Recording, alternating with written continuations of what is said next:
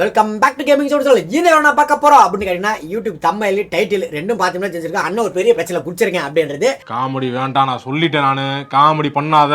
சரி, okay, joke ஒரு பக்கம் இருந்தாலும் இது ஒரு சீரியஸான கண்டென்ட்.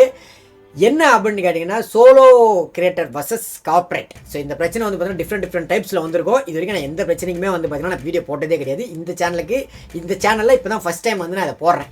ஏன் அப்படின்னு கேட்டிங்கன்னா ஃபஸ்ட் டைம் வந்து பார்த்தீங்கன்னா நான் பாட்டு பாடினாலே, அதாவது வாயில் பாட்டு பாடினாலே கிளைம் எடுத்து பண்ணாங்க. அதுக்கெல்லாம் போட்டு அடின்னு அடித்தாங்க.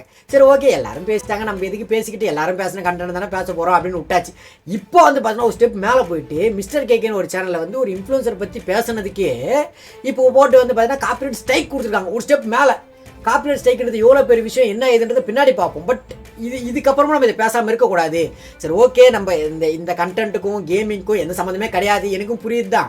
ஆனால் இது வந்து ஒரு சோலோ கிரியேட்டர்ன்றப்ப நான் ஒரு சோலோ கிரியேட்டர். ஸோ அவருக்கு நடக்குதுன்றப்ப இந்த டைமில் நம்ம போய் நிற்போம், நம்ம அவர் பக்கம் சப்போர்ட்டாக நின்னா இன்னும் கொஞ்சம் கரெக்டாக இருக்கும் அப்படின்னு என் மனசுக்கு தோணுது. நான் பேச வந்திருக்கேன். அதுக்கப்புறம் வந்து பார்த்தீங்கன்னா அதுக்கு ஸ்கிரிப்ட் இது அப்படிலாம் எடுத்துக்கல, ஒரு 5 பாயிண்ட் எடுத்து வச்சிருக்கேன், அதை பேச வந்திருக்கேன். இந்த பிரச்சனை எங்கேருந்து ஸ்டார்ட் ஆகுது அப்படின்னு கேட்டிங்கன்னா மிஸ்டர் கேகே சேனல் வந்து ஒரு வீடியோ போடுறாரு. ஆக்சுவலி இது பிரச்சனைன்னு சொல்ல முடியாது.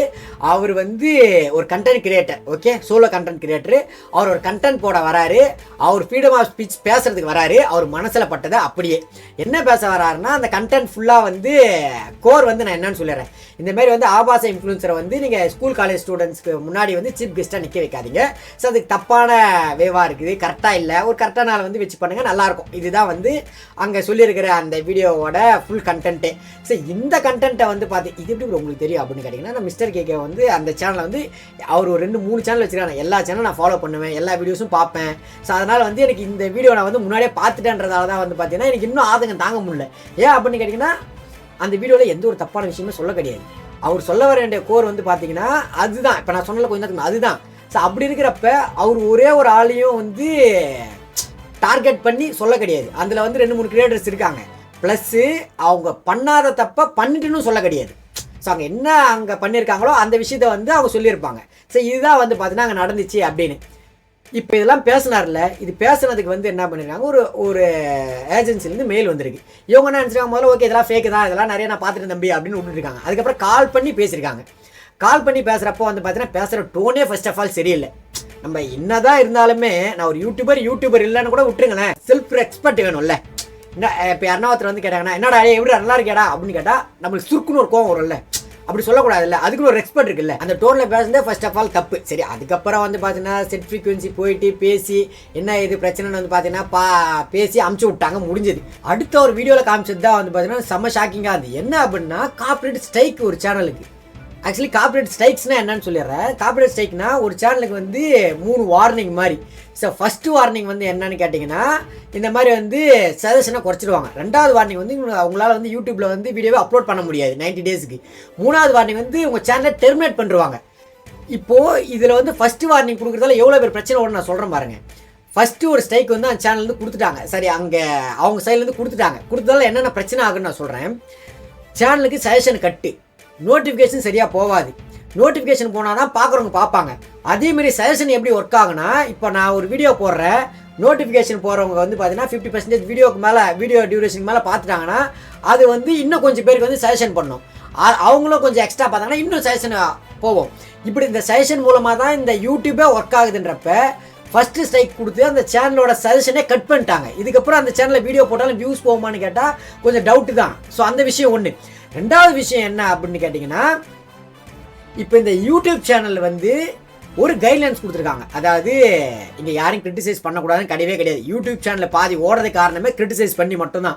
ஸோ அப்படி கிரிட்டிசைஸ் பண்ணி தான் இந்த யூடியூப் சேனலில் பாதி பேர் போகுதுன்னா அதுமாதிரி கிரிட்டிசைஸ் பண்ணுறது தப்பும் கிடையாது. இல்லை, இப்போ நான் ஒரு தப்பு பண்ணுறேன்னா என்னோட ஒரு பெரிய கிரியேட்டர் இல்லை என்னோட சின்ன கிரியேட்டரை வந்து எனக்கு கிரிட்டிசைஸ் பண்ணலாம், நீ பண்ணுறது தப்பு அப்படின்னு. ஸோ அது சொல்கிறதுக்கு வந்து பார்த்தீங்கன்னா இந்த ரூல்ஸ் அண்ட் ரெகுலேஷன் இந்த யூடியூப் டேர்ம்ஸில் வந்து பார்த்தீங்கன்னா அலோ இருக்குது. அந்த ரூல்ஸ் அண்ட் ரெகுலேஷனுக்கு கீழே தான் வந்து பார்த்தீங்கன்னா மிஸ்டர் கேகே வீடியோ போட்டிருக்காரு. அப்படி அவங்க வீடியோ போட்டதுக்கு அப்புறமும் அந்த ரூல்ஸ்குள்ளே வீடியோ போட்டதுக்கு அப்புறமும் எப்படி கார்ப்பரேட் ஸ்ட்ரைக் வருது, ஸோ இப்போ இந்த யூடியூப் வந்து பார்த்தீங்கன்னா கார்ப்பரேட்டுக்காக ஒர்க் ஆகுதா இல்லை கிரியேட்டர்ஸ்க்காக ஒர்க் ஆகுதா? இப்போ நான் நீங்கள் சொல்கிறீங்கப்பா யூடியூப் சேனலில் நான் எல்லா ரூல்ஸுக்களையும் போட்டு நான் நிம்மதியாக இப்போ படுத்து தூங்குறேன். காலைல ஏந்து பார்க்குறப்ப கார்ப்பரேட்டுக்காரன் வந்து இவன் பாருங்க என்னை பற்றி தப்பாக பேசிட்டா, நான் எனக்கு கீழே இருக்கிறவங்களை பற்றி தப்பாக பேசினா நீ கார்ப்பரேட் ஸ்ட்ரைக் கொடுக்குன்னு சொல்கிறது வந்து பார்த்தீங்கன்னா எனக்கு யூடியூப் பார்த்தாலே பயமாக இருக்குது. இப்போ என்ன பயமாக இருக்குது அப்படின்னு கேட்டிங்கன்னா, நான் ஒரு கிரியேட்டரு, எனக்கு யூடியூப் விட்டால் வேறு எதுவுமே தெரியாது. நாளை பின்னிக்கு எனக்குமே இந்த கார்ப்பரேட் ஸ்ட்ரைக் கொடுத்தா நான் என்ன பண்ணுவேன்? இப்போ இது வந்து நாளைக்கு இப்போ ஃப்யூச்சரில் வந்து நான் நிற்கிற மாதிரி தான் வந்து பார்த்தீங்கன்னா எனக்கு ஃபீல் ஆகுது. சரி, மிஸ்டர் கேக்காக முதல்ல வீடியோ நான் பேசணும்னு நினச்ச ரீசனே வந்து இதுதான். நாளைக்கு நான் நடந்தாலும் எனக்கு இது நடந்துச்சுன்னா அப்போ யாரும் பேச மாட்டாங்களே. இப்போ நம்ம பேசுவோம், இப்போ பேசுகிறது தான் கரெக்டு, இந்த டைமில் நம்ம பேசுகிற வாய்ஸ் கொடுத்தா ஆகணும். நம்ம அதனால தான் வந்து இங்கே வீடியோவே பேச உட்காந்துக்கிட்டு இருக்கோம். இவ்வளோ இந்த 10 வருஷமாக யூடியூப் சேனலில் வந்து எனக்கு இந்த மாதிரி ஒரு பயம் வந்ததே இல்லை. அவர் பார்த்ததுக்கப்புறம் இப்போ அவருக்கும் யூடியூப் விட்டால் வேறு எதுவும் தெரியாது, எனக்கும் யூடியூப் விட்டால் வேறு எதுவும் தெரியாது, எந்த ஒரு பிஸ்னஸும் பண்ணல.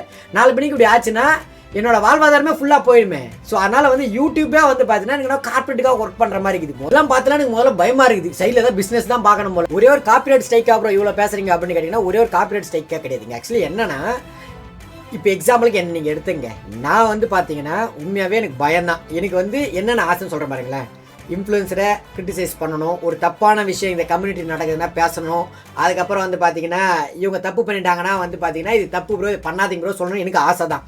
நான் ஏன் அதை பண்ணுறதில்லை அப்படின்னு கேட்டிங்கன்னா, இவ்வளோ நாள் நான் பண்ணவும் கிடையாது.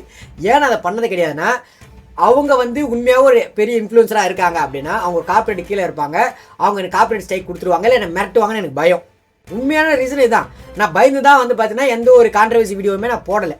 அதேமாரி வந்து பார்த்தீங்கன்னா பண்ணுறது ஒரு சில சேனல்ஸ் மட்டும்தான், ஒரு 20% இல்லை 30% சேனல்ஸ் தான் அதை பண்ணுறாங்கன்னு வச்சுக்கோங்களேன். சரி, என்ன கான்ட்ரவர்சி வந்தாலும் பரவாயில்ல, என்ன ரைட்டாக இருந்தாலும் பரவாயில்ல, என்ன தப்பாக இருந்தாலும் பரவாயில்ல, நம்ம வந்து ஒரு கம்யூனிட்டிக்காக கரெக்டாக பண்ணணும்னு சொல்கிறது வந்து பார்த்தீங்கன்னா mister KK, A to D இந்தமாரி எக்ஸ்ட்ரா இன்னும் நிறைய சேனல்ஸ் இருக்குது.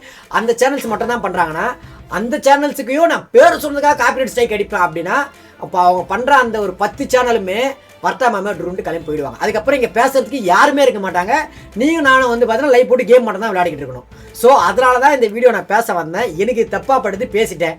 ஸோ உங்களுக்கு மேபி நீங்கள் ஒரு கிரியேட்டர்ஸாக இருக்கீங்க, சோலோ கிரியேட்டர்ஸாக இருக்கீங்க, உங்களுக்கு தப்பாக பட்டால் நீங்களும் பேசலாம், தப்பே கிடையாது. அதெல்லாமே இது ஒரு கேமிங் சேனலில் பேசலாமான்னு கேட்டிங்கன்னா நான் பேசலாம்னு எனக்கு தோணுச்சு, மைண்டில் படுத்து நான் பேசிட்டேன். அவ்வளோதான் கைஸ். முடிஞ்சால் அந்த கார்ப்பரேட் ஸ்ட்ரைக் மட்டும் அவர் எடுத்து விட்ருங்க, அவ்வளோதான். ஸோ ரிக்வெஸ்ட்டாக அவரும் கேட்டார், நானும் கேட்டுக்கிறேன் சோலோ கிரியேட்டர் சார்பா. நன்றி, வணக்கம், பாய்.